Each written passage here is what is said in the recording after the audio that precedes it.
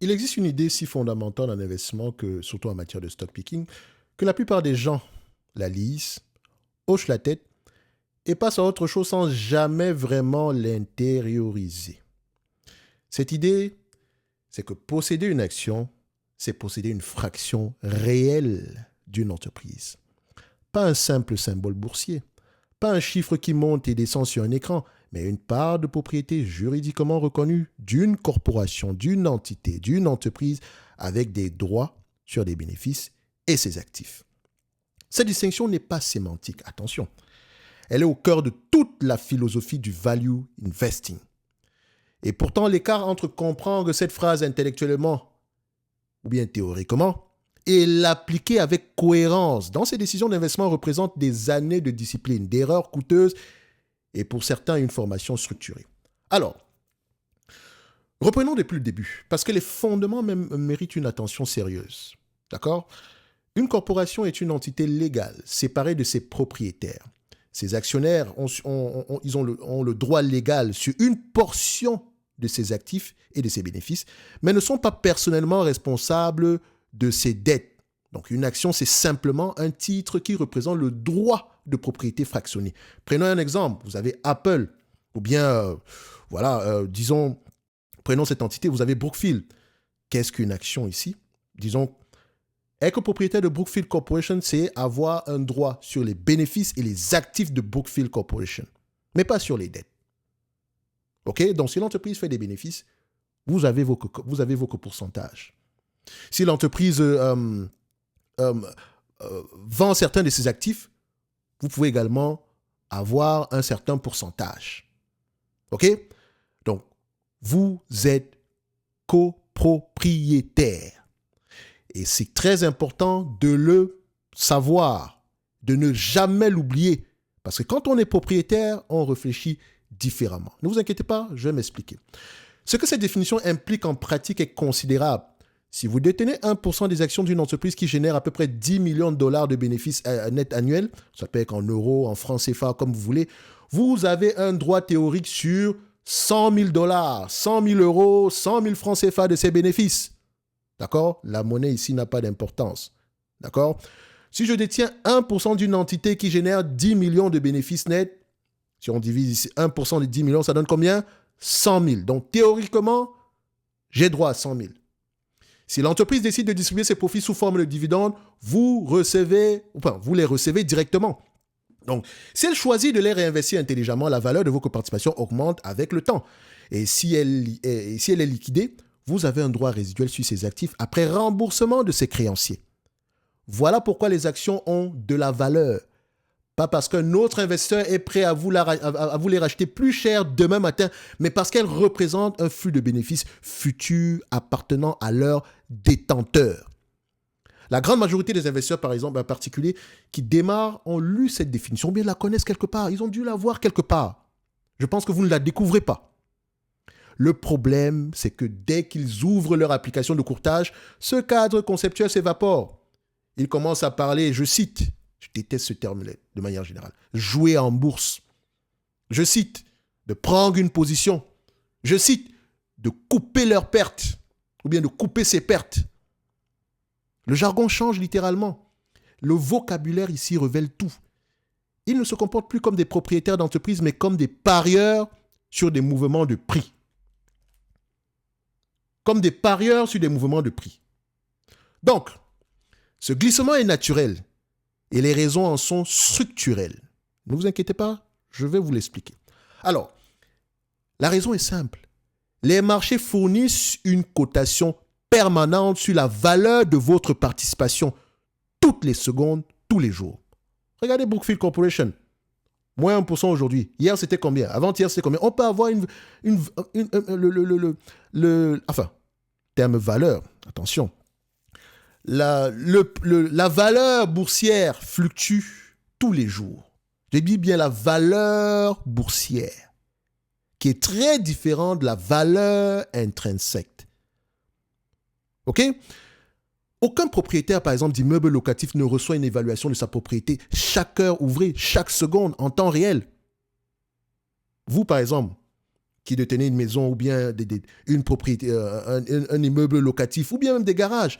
Est-ce que chaque matin, chaque seconde, chaque heure, est-ce que vous recevez une valorisation de vos actifs, de vos biens locatifs ou bien vos actifs immobilisés? Est-ce que vous recevez ces informations-là? Non. Non. Donc, ce flux continu de prix crée une pression psychologique immense à confondre volatilité de prix avec changement de valeur fondamentale. La volatilité est différente de la valeur fondamentale de l'actif sous-jacent. D'accord? C'est deux concepts totalement différents. C'est précisément là que la vision de l'actionnaire propriétaire devient un avantage compétitif réel. L'investisseur qui comprend vraiment qu'il possède une fraction d'entreprise ne panique pas quand le prix de l'action chute de 20%, si les fondamentaux de l'entreprise restent intacts, bien sûr. Il sait faire la différence entre, je cite, le marché a changé d'humeur et, je dis bien, il sait faire la différence, je cite, le marché a changé d'humeur avec la valeur intrinsèque de ce que je possède a changé. C'est deux termes, ça veut dire deux choses différentes. Le marché a changé d'humeur, VS, la valeur intrinsèque de ce que je possède a changé. Donc, ironiquement, adopter sincèrement la mentalité de propriétaire rend l'analyse plus exigeante. Pas plus simple. Attention, vous savez qu'ici, je parle de stock picking de manière sérieuse. Je tiens à vous dire la vérité. Si vous entendez, non, vous allez apprendre à analyser une entreprise en 30 minutes par jour, prenez vos jambes à vos coups parce que ça n'existe pas. J'ai dit bien, ça n'existe pas. Et si vous croyez encore aux histoires à dormir debout, les amis, vous allez vous réveiller, il sera très tard. Donc, si vous, le stock picking vous intéresse, et je dis toujours une chose, vous avez des alternatives. Ne faites pas du stock picking si vous n'êtes pas curieux intellectuellement. Ne faites pas du stock picking si vous n'êtes pas curieux intellectuellement. Si vous n'aimez pas lire. Si vous n'êtes pas prêt à faire un minimum d'efforts. Il ne faut pas que le terme exigeant ou bien compliqué, ou bien pas simple, vous fasse peur. Non, c'est une question de méthode, de structure. OK? Donc, si vous êtes propriétaire d'une fraction d'entreprise, vous devez comprendre cette entreprise. C'est normal. Vous avez acheté un bien immobilier? Est-ce que vous l'avez acheté en regardant juste les photos? Non, vous êtes allé visiter. Et quand vous êtes allé visiter, vous aviez un ensemble de questions, n'est-ce pas? Pourquoi ça devrait être différent avec vos actions? Quand je suis propriétaire d'une fraction de l'entreprise, eh ben, j'ai besoin de comprendre l'entreprise. Pas superficiellement. Ou bien, si je suis copropriétaire, ça veut dire que je comprends l'entreprise. Pas superficiellement. Pas en regardant le price to earning ratio ou bien le cours sur 52 semaines, mais en profondeur. Comment elle génère des revenus? Quels sont ses avantages concurrentiels durables? Ou bien si elle en a, comment elle déploie son capital? Comment la direction alloue les bénéfices entre dividendes, rachat d'actions et réinvestissement? Prenons un exemple concret. Deux entreprises peuvent afficher exactement le même bénéfice net de 5 millions de dollars. Deux entreprises qui font la même chose, même industrie. D'accord? Même bénéfice, 5 millions de dollars. La première dépense 20 millions en immobilisation pour générer 5 millions de dollars. La seconde produit le même 5 millions de dollars avec 3 millions d'actifs uniquement. Pour un propriétaire averti, ces deux entreprises n'ont rien à voir en termes de qualité économique. La première décrit potentiellement de la valeur, la seconde en crée. On est dans la même industrie, on fait la même chose, mais pourquoi est-ce que vous avez plus d'immobilisation que moi? Donc, mon retour sur capital investi est bien plus élevé avec la deuxième entreprise. 5 millions de bénéfices, 3 millions d'actifs. VS, 5 millions de bénéfices, 20 millions d'actifs. Et encore, on n'est même pas rentré dans la nuance, parce qu'on regarde encore les choses simples ici. Parce que s'il faut maintenant parler de la récurrence, etc., peut-être que la vie sera différente.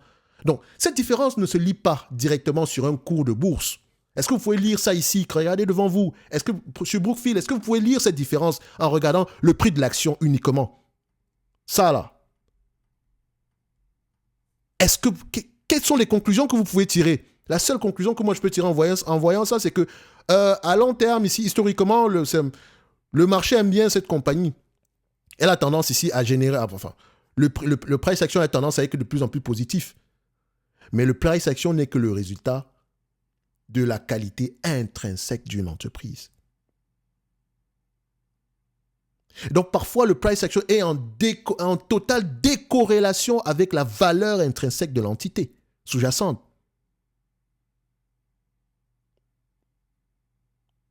OK? OK, enfin, je dis OK. Excusez-moi. Donc, comme on dit, cette différence ne se lit pas directement sur un cours de bourse. Elle exige de savoir lire un bilan, un compte de résultat et surtout un tableau de flux de trésorerie. OK? Ça, c'est la base. La même complexité s'applique aux subtilités comptables qui modifient l'image d'une entreprise sans nécessairement refléter sa réalité économique. Par exemple, les politiques d'amortissement. On en parle beaucoup dans la tech, les politiques d'amortissement. Les GPU, c'est 5 ans, 6 ans, 10 ans. Parce que plus on étire la durée de vie d'un GPU, moins on dépense en dépréciation amortissement. Ça a un impact moins élevé au niveau des bénéfices. Or, si la durée de vie est plus courte, ça fausse littéralement tout le résultat. Donc, les politiques d'amortissement, vous devez les connaître. La reconnaissance des revenus, important également. À quel moment on reconnaît qu'on a vendu un produit? Ah oui, c'est important. Est-ce que c'est quand le client paye? Est-ce que c'est au moment où le client reçoit le produit? Est-ce que c'est au moment où le client appelle pour nous dire « ce produit m'intéresse » Quand est-ce que cette compagnie reconnaît qu'il y a eu un revenu? C'est important. Ensuite, le traitement des dépenses en capital versus en charge d'exploitation.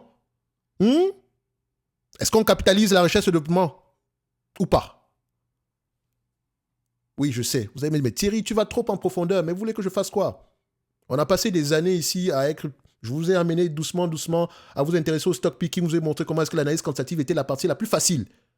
Maintenant, il est temps qu'on rentre en profondeur. OK? N'ayez pas peur, c'est rien de compliqué. Une fois que tu connais les principes de base, le reste, c'est comme le vélo. OK? Donc, un investisseur non formé à cette distinction peut facilement croire posséder une entreprise profitable alors qu'il possède une machine à consommer du capital. On a souvent vu des entreprises ici qui n'ont pas de free cash flow à cause des SBC, mais qui affichent des free cash flow positifs.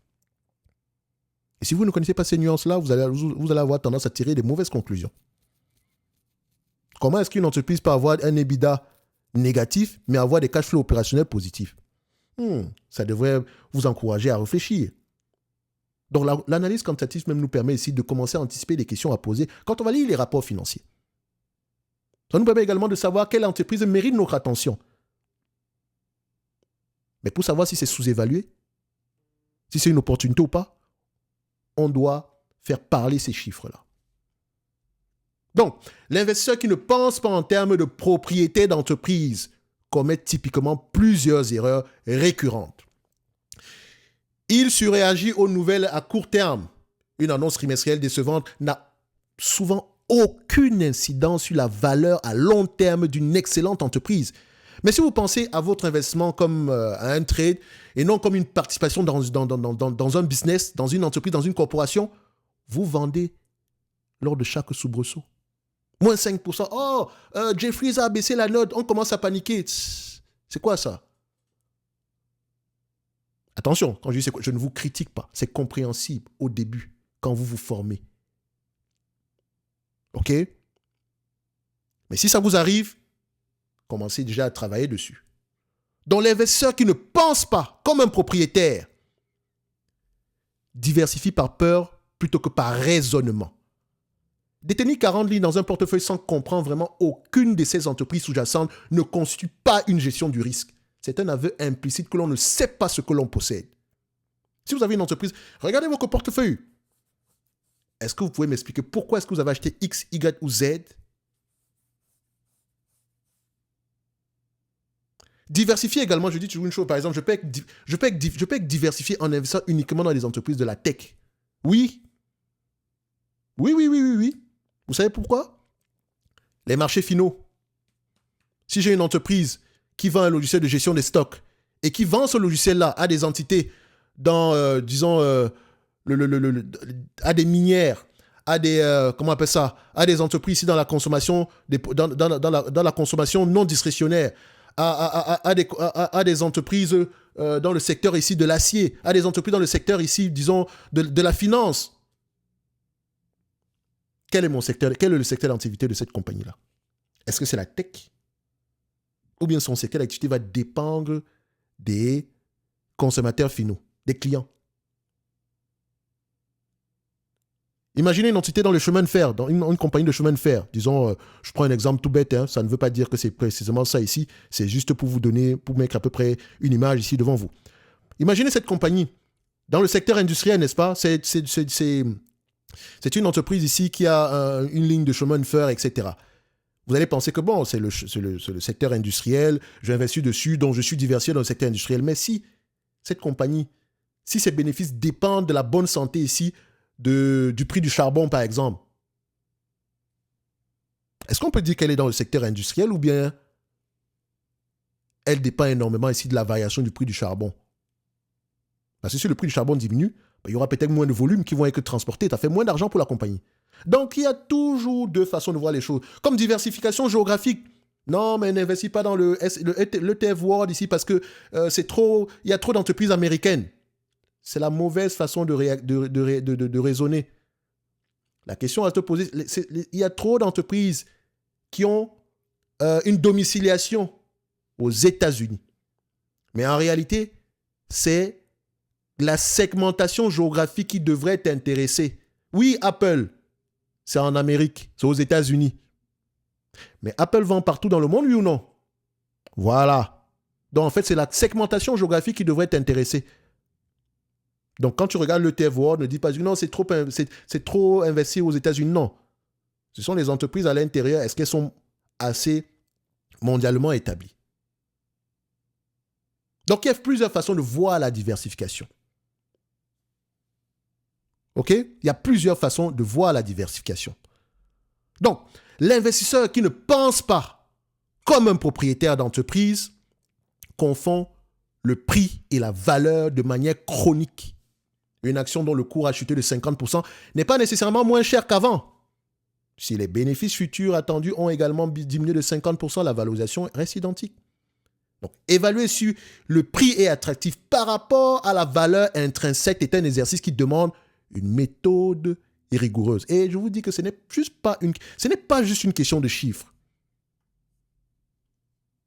OK? Parce que les chiffres peuvent être très intéressants, mais s'il n'y a pas de perspective d'avenir, quel est le multiple que vous allez accorder à ces chiffres-là? 20, 30, 50, 10, 5, 2? Et pourquoi est-ce que vous allez mettre 5, 10, 2, 50? Pourquoi? Donc, intérioriser la définition.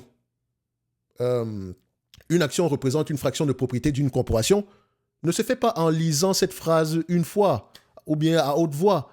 Cela se construit par l'habitude de poser systématiquement les bonnes questions avant tout investissement. Posez les bonnes questions, vous aurez les bonnes réponses. Posez les bonnes questions, vous aurez les bonnes réponses. Si vous posez les mauvaises questions, vous aurez toujours les mauvaises réponses et vous ne saurez même pas que ce sont les mauvaises réponses. Parce que votre questionnement est déjà mauvais. Qu'est-ce que je possède exactement? Quel est le modèle économique de cette entreprise? À quel prix suis-je prêt à devenir propriétaire et pourquoi? Je prends toujours un exemple simple. Ça fait des années, je vous dis, Hermès, c'est pas mon goût. C'est trop cher. Je veux l'acheter au moins à 25 fois les bénéfices. C'est mon grand max ici. Le prix de l'action, tôt ou tard, finira par me... Si Hermès ne vient pas me chercher à mes 25 fois les bénéfices, ça ne m'intéresse pas, je reste tranquille. Il y a assez d'entreprises ici qui me permettront ici, qui me donneront des opportunités d'investissement. Est-ce que je suis obligé d'acheter du Hermès? Mais tu vas entendre des gens te dire que non, mais ça monte depuis des années, Hermès, c'est le luxe. Est-ce que ça veut donc dire que Hermès mérite 40 fois les bénéfices alors qu'elle n'a qu'une croissance moyenne de 10%? La seule raison pour laquelle je veux l'acheter à 40 fois les bénéfices, c'est qu'il faudrait absolument que la croissance soit certaine. Or, ça n'existe pas, la certitude. Et donc, je préfère l'acheter à un prix qui, moi, me permet, dépendamment ici des connaissances que j'aurai sur cette industrie, d'espérer au moins récupérer mon capital de départ avant même d'espérer avoir quoi que ce soit en supplément. Vous voyez? Donc, ce qui arrive à Hermès en date d'aujourd'hui, ça doit surprendre qui? Et si tu es en perte par rapport à une entité comme Hermès, disons, ne commence pas à te morfondre par rapport à la perte. Qu'est-ce que tu apprends? Qu'est-ce que tu as appris?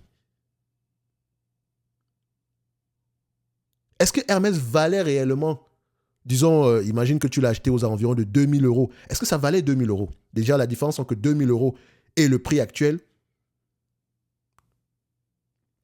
c'est à peu près combien? On a à peu près 400 euros.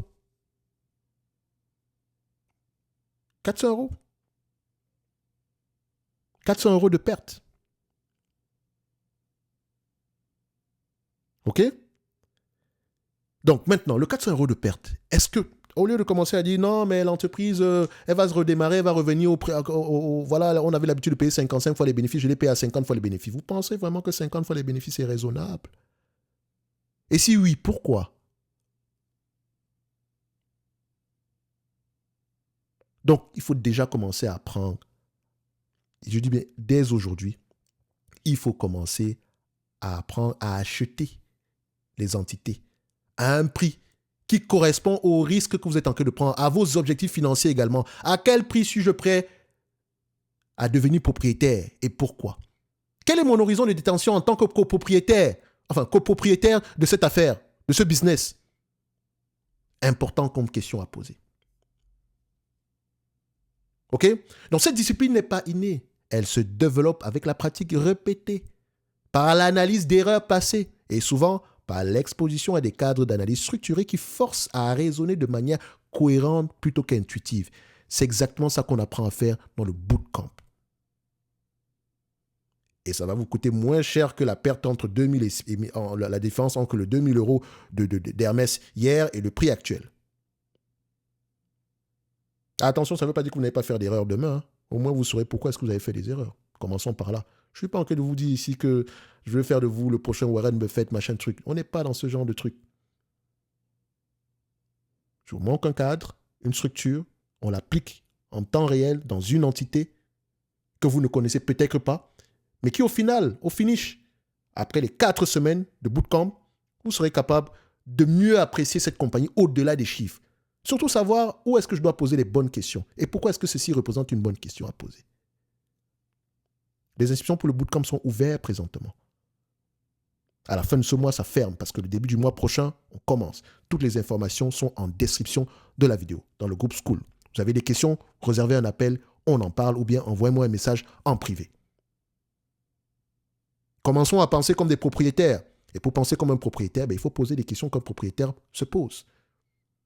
Et je dis toujours que vous êtes tous capables de le faire. Donc la définition d'une action tient en une phrase. La maîtriser.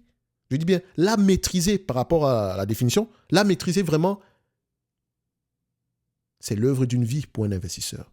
Ça vous prend toute une vie. Oui. Je tiens à vous... Investir à long terme, c'est l'accumulation perpétuelle des connaissances, au-delà même de la performance. C'est que nous apprenons aujourd'hui va nous servir demain. Et peut-être demain, nous allons apprendre à affiner, nous allons encore affiner notre raisonnement. D'accord? Donc la définition d'une action tient en une phrase.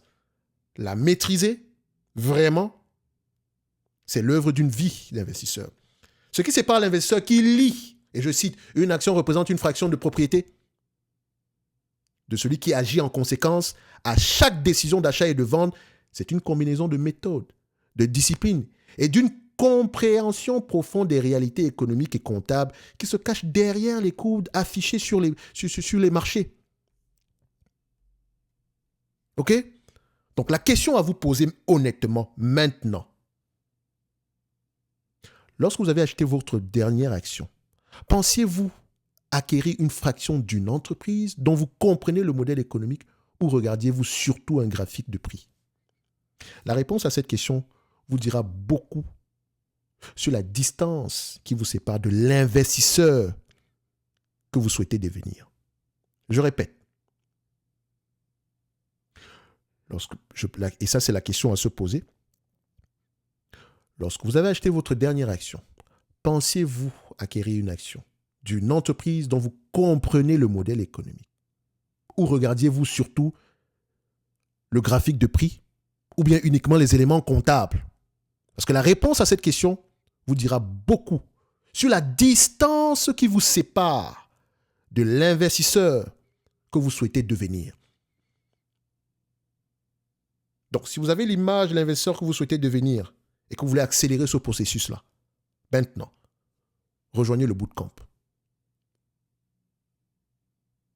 Et si vous avez des questions, vous savez où les poser. Tout est en description de la vidéo. Pour les autres, un like, un abonnement. On rejoint le groupe School et on se donne rendez-vous sur les prochaines. Maintenant, en date d'aujourd'hui, commencez à penser comme des propriétaires.